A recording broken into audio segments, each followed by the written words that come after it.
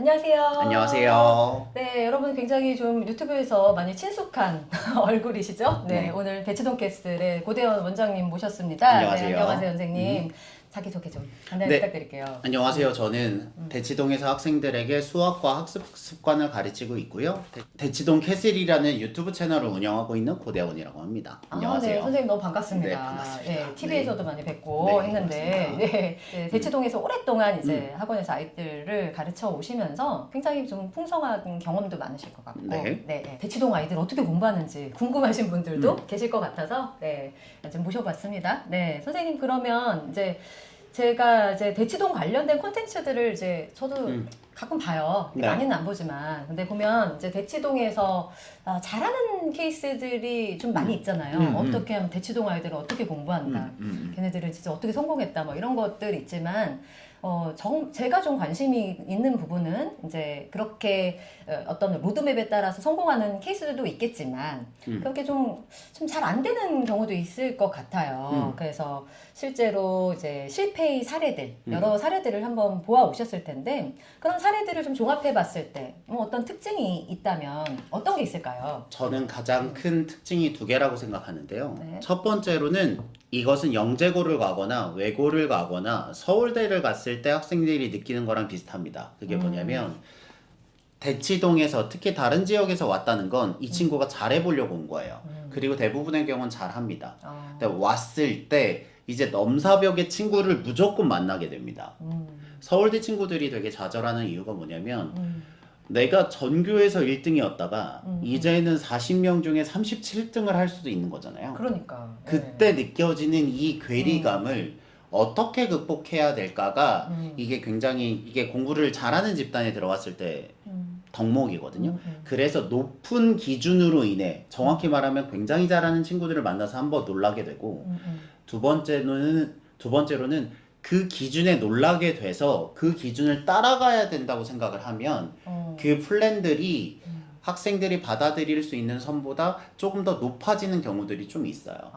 왜냐하면 그 과정을 소화하고 있는 친구들이 보이기 때문이죠.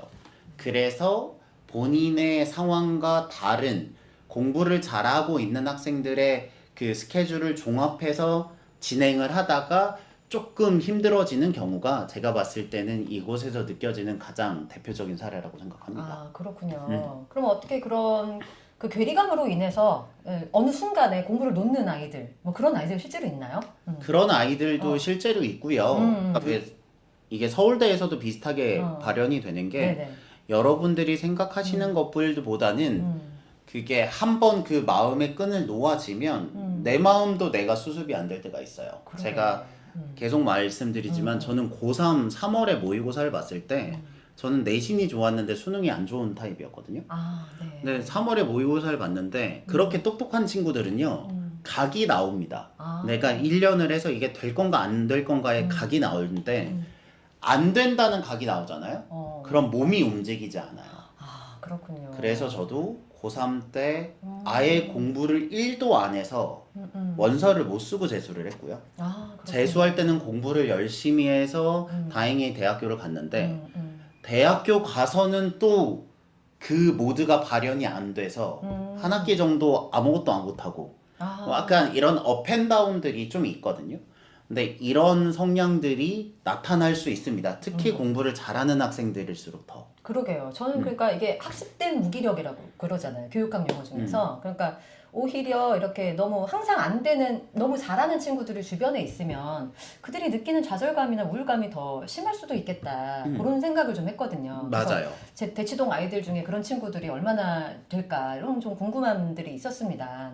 예, 그런 부분이 있고요. 네. 이렇게 생각하셔도 좋을 것 네. 같은 게 저는 재산으로 많이 비유를 하는데 네네네. 대치동에 혹은 강남에 있으면서 30억이라는 돈은 굉장히 큰 돈이지만 30억을 있으면 강남에서 부자인가요? 라고 얘기를 하면 아닐 수도 있잖아요. 그렇죠, 그러니까 그렇죠. 이게 무슨 말이냐면 30억에는 죄가 없는데 그거를 어느 기준으로 바라보느냐에 따라서 이 액수가 정말 넘사벽의 큰 자산인 경우도 있고 아직 더 열심히 해야 됩니다라는 자산이 될 수 있는 것처럼 그 결과물을 바라보는 뷰에 따라서 평가가 달라지기 때문에 그래서 조금 더 정신적인 부분이 작용한다고 생각합니다. 좀 진짜 강한 정신력 그게 정말 필요한 곳이 바로 이 대치동이라고 할 수가 있을 것 같습니다. 네. 그래서 선생님 저는 이제 그런 그 실패와 좌절을 맛보았다가 다시 또 이렇게 일어나가지고 회복 탄력성이 있는 아이들 그런 친구들 혹시 사례 있으셨어요? 그거 좀 궁금해요. 저는 그런 부분에 대한 관심이 굉장히 많은데요. 네. 왜냐면 저는 선생님이니까 제가 내린 결론은 뭐냐면 공부를 잘하는 애들이나 공부를 못하는 애들이나 공통적으로 내가 그래도 잘하고 있는 게 있네 라고 하는 심리적인 안정감을 만들어주는 게 제일 중요하다고 생각해요. 근데 실질적으로 대치동이나 혹은 서울대나 그 객관적인 지표로 그 성공의 기분을 맛보려면 기준이 너무 높아요.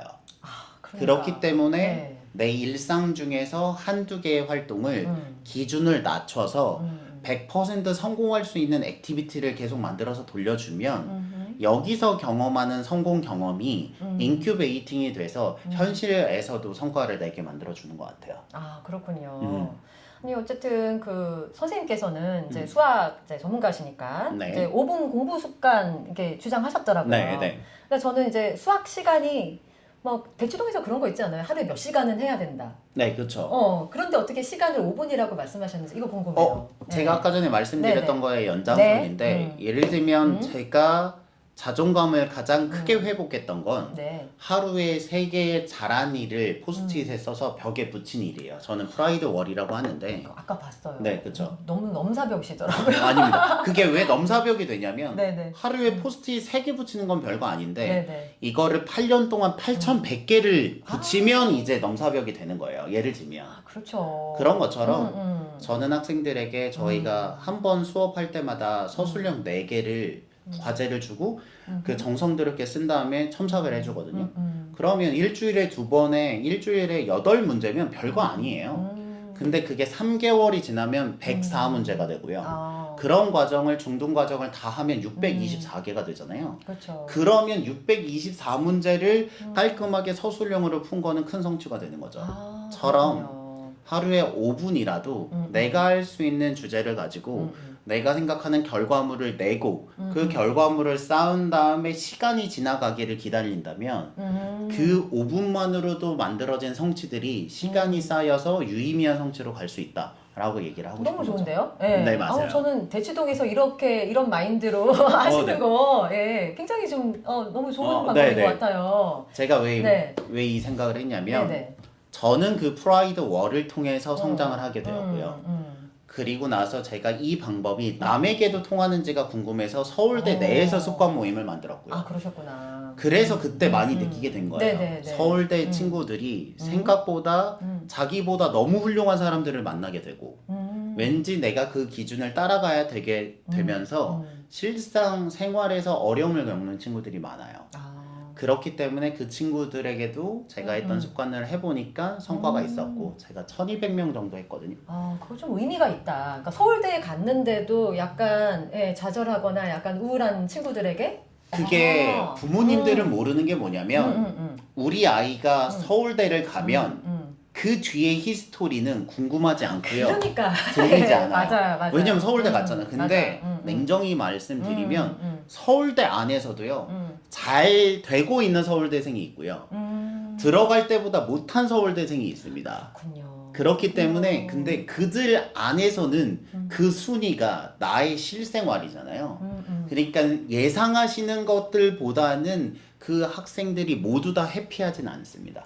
그렇군요. 그렇죠. 어쨌든 서울대생에게도 효과를 봤던 5분 공부 습관. 그래서 그것들을 가지고 이제 일반 대중에게 그것들을 가지고 일반 학생들에게 적용을 했더니 그래도 이게 성공 확률이 제일 높은 교육 방법이 아닌가라고 생각하고 있습니다. 저는 이렇게 짧은 시간 말씀하시는 분들 너무 좋아해요. 네네. 그렇습니다. 네, 어쨌든 그렇고 이제 백지 개념 정리 뭐 이런 말씀들 하시는 거를 봤는데요. 저는 이제 이렇게 엄마표 교육을 하다 보니까 저희 채널 분들이 이제 엄마들께서 많이 애쓰시는 그런 모습을 볼 때 좀 안타까움을 느낄 때가 있거든요. 사실은 그런 게 아무리 좋은 교육 정보라고 하더라도 사실은 아이들이 스스로 납득이 되어야지 이게 맞아요. 굉장한 효과를 보는 거잖아요. 그래서 사실은 이제 어쩔 수 없이 이제 우리는 부모님들을 대상으로 한 채널을 유지를 하고는 있지만 아이들한테 조금 이런 이야기들을 좀 전달할 수 있는 방법이 있으면 좋겠다라고 해서 선생님도 그렇고 저도 그렇고 아이들 수업하잖아요. 네. 근데 이 자리를 빌어서 그러니까 저희 채널을 이제 아이들도 같이 보는 경우가 많더라고요. 아이들이 있다고 생각하시고 이거 백지 이게 개념 정리 그리고 5분 습관에 대해서 짤막한 강의 한번 해주신다면 어떻게 백지 해주실까요? 개념 정리는 뭐냐면 네. 상식적으로 생각을 하면 수학을 잘하는 방법은 개념을 먼저 틀을 짜서 머릿속에 익히고 그 개념을 문제 풀 때 적용해서 풀어야 되는 거잖아요. 이건 네. 굉장히 상식인데 그렇죠. 개념을 배우는 거는 평가할 지표가 없단 말이죠.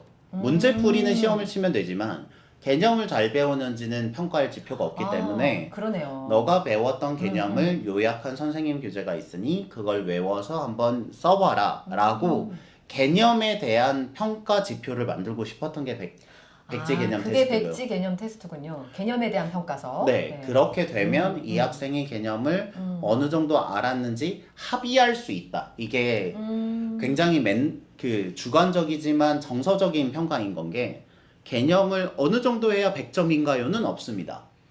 다만 문제를 풀 때 충분하면 되는 거거든요. 그렇기 때문에 어느 정도 이거를 백지 개념 테스트를 다 하면 우리가 개념을 다 아는 걸로 합의하자라는 그 합의선을 만드는 거고요. 그렇게 개념에 대한 평가 지표가 필요하다고 생각해서 만든 거고요. 아, 그렇군요. 그리고 5분 습관은 말씀하신 대로 이 모든 것들은 공부라는 활동인 건데 네. 공부라는 활동을 돌리려면 스스로 내가 괜찮아 보여야 됩니다.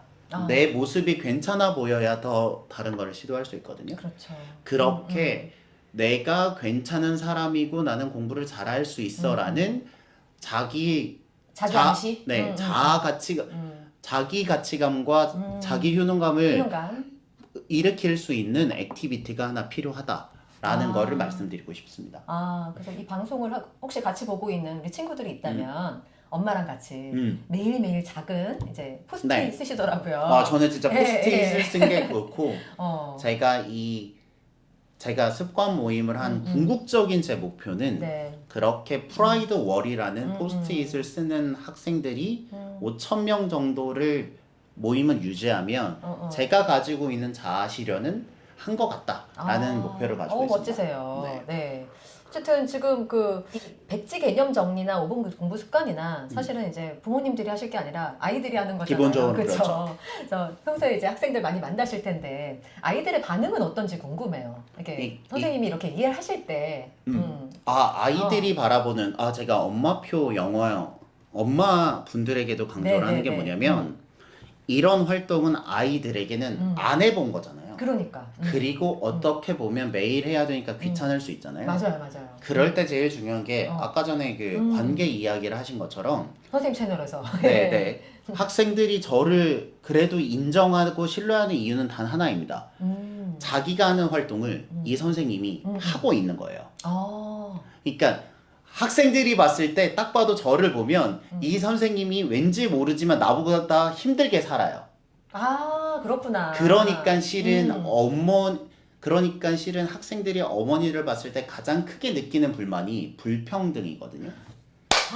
맞아요. 왜냐면 학생은 여기서 10시에 끝나고 가면 그 10시에 대한 숙제를 해야 되는데 우리 어머니는 돈 버는 거는 안 보이고 들어왔을 때 어머니는 편히 쉬는 것처럼 보이거든요. 맞아. 학생들의 눈에는 학생들의 나만 눈에 공부시키고 그렇게 되는 거죠. 그렇구나. 그런데 학생들이 저를 봤을 때는 이 사람이 포스트잇도 쓰고 상장도 만들고 뭐 이런저런 활동을 하니까 나보다 힘들게 사는 사람인 게 분명하니까 그렇군요. 그 관계 설정이 되니까 이 사람의 말은 따라가도 되지 않을까? 라는 신뢰가 생기는 거예요. 굉장히 정말 시사점이 많은 말씀을 지금 해주신 것 같아요. 저도 그래서 엄마분들에게 가능하면 일을 하시라고 말씀을 드리는 편이거든요. 그러니까 그쵸. 집에서 엄마표 영어를 하시든 엄마표 수학을 하시든 그러니까 엄마가 열심히 하는 모습을 보여야. 정말 중요한 것 같아요. 그래서 저는 뭐라고 생각을 했냐면 이게 올라가다 보면 제가 제 삶을 가지고 내린 결론이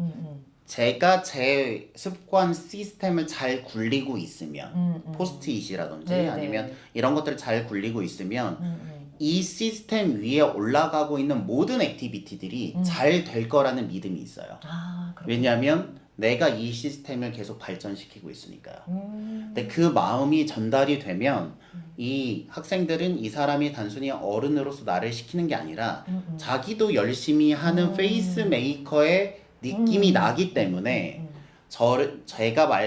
제가 추천하는 방법들을 좀 더 쉽게 받아들이는 것 같다라고 생각합니다. 아, 근데 어쨌든 뭐 선생님께서 이렇게 열심히 하시니까 학생들이 딴 얘기를 못 하겠네. 그래서 기본적으로 저는 느끼는 네. 건 네. 제 쪽에서 열심히 살면 그 에너지를 받고 있는 학생들이 제 방법이나 제 철학을 전달받을 거라는 믿음이 있습니다. 그렇군요. 네. 네. 선생님, 이게 마지막 질문은 제가 좀 평소에 갖는 생각 좀 궁금해요. 네. 이제 서울대 나오셨으니까. 네. 좀 서울대라는 학벌주의에 대해서 또 사회적으로 많이 이슈가 되는 부분이 있고요. 저도 좀 너무 이제 학벌주의의 어떤 폐해 이런 것들을 좀 느낄 때마다 좀 답답함을 느낄 때도 있어요, 선생님. 근데 이게 물론 이게 좀 그런 높은 목표 이런 거 장점도 있고 좋은 점이 있다는 거는 알지만 이제 사회에서 우리 사회적으로 봤을 때는 약간 기형적인 교육 문화 이런 것들을 또 유발하는 측면이 있잖아요. 그래서 이거는 그냥 뭐 편안하게 선생님 생각 여기에 대한 어떤 선생님 생각이 있으시면 이거 듣고 싶어요. 이게 뭐라고 생각했냐면 네. 좋은 학교를 나왔다는 건 여전히 효과적입니다. 네. 하지만 그 효율성이 예전보다 조금씩 떨어지고 있는 건 사실인 것 같아요. 그런가요? 네. 왜냐하면 우리가 아이유가 어떤 대학교 나왔는지 궁금하지 않잖아요. 안 궁금하죠. 네. 그러니까 자기만의 브랜드를 형성하는 데 있어서 그 컴포넌트가 도움이 된다는 거지. 그 브랜드나 자기의 업력을 만들어내면 그 다음부터는 나머지 것들은 별로 필요하지 않다고 생각하거든요. 아, 그러시군요.